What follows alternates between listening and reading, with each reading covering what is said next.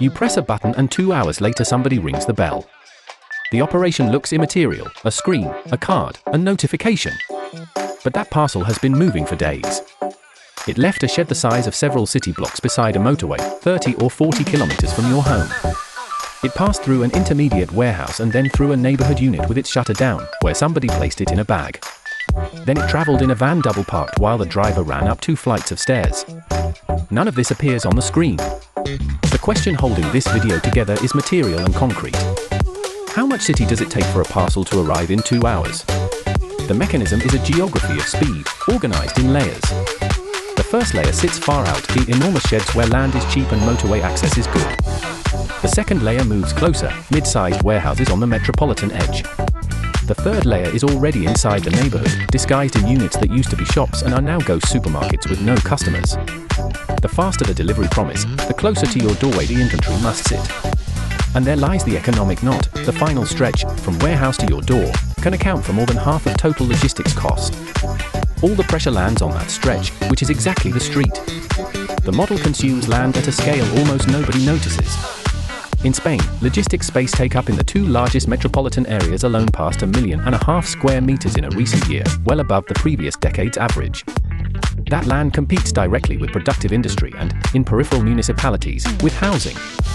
It is worth examining the urban yield of that use. A logistics shed occupies an enormous footprint, generates relatively little employment per hectare compared with other activities, and produces instead constant heavy traffic. Municipalities accept it because it brings quick revenue. The environmental and road costs are shared among all residents. On the street, the effects have already been measured. An analysis by the World Economic Forum estimated that, without intervention, the number of delivery vehicles in the world's 100 largest cities will grow by around 1/3 before this decade ends.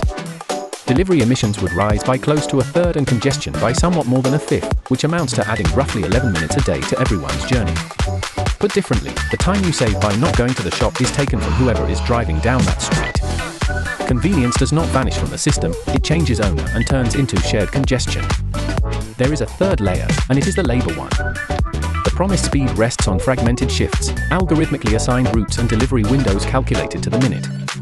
The courier does not control the pace, an application measuring every stop controls it.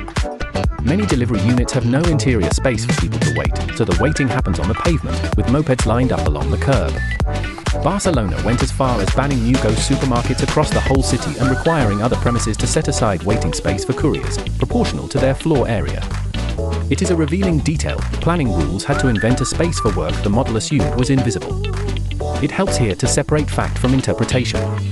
The facts are that digital commerce consumes peripheral land, increases light traffic in the city, and relies on employment with high turnover. The critical interpretation is that we have shifted onto the city the costs of a service we perceive as free or nearly so. Shipping seems to cost nothing because its price includes neither congestion, nor the night noise of unloading, nor road wear, nor the occupied pavement. The editorial opinion is this: instant convenience works because its bill is paid in kind, in public space, rather than in money. Now the counter-argument, which is solid. One van delivering 50 orders on an optimized route replaces dozens of private cars that would each have driven to a shopping center. Several studies suggest that, well organized, delivery can reduce total distance traveled compared with the older model of driving to shop. Home delivery is also a genuine accessibility service for older people, people with reduced mobility and car-free households in poorly connected peripheries. And sheds create jobs in municipalities that lost their industry decades ago. Banning digital commerce is not a policy, it is nostalgia. It can still be argued that the comparison rests on an overly favorable assumption. The efficiency advantage exists when routes consolidate and deliveries are grouped. It disappears once firms compete to deliver within 2 hours, because then vans leave half empty and repeat journeys. The promise of immediacy destroys precisely what made the system efficient. Sensible urban policy therefore is not about banning but about ordering, shared micro-distribution hubs, neighbourhood parcel lockers, loading bays with timed booking, cargo bike delivery in central areas, and logistics land planned deliberately rather than improvised shed by shed. Return to the opening question. How much city does it take for a parcel to arrive in 2 hours? It takes peripheral land that will never be anything else, streets turned into permanent loading bays, a band of work with broken hours, and energy use that appears on no bill. None of it is really invisible. It is simply arranged so you do not look at it.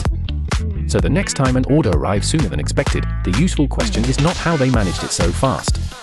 The useful question is what part of the city was rearranged to make it possible, and who lives right beside that part.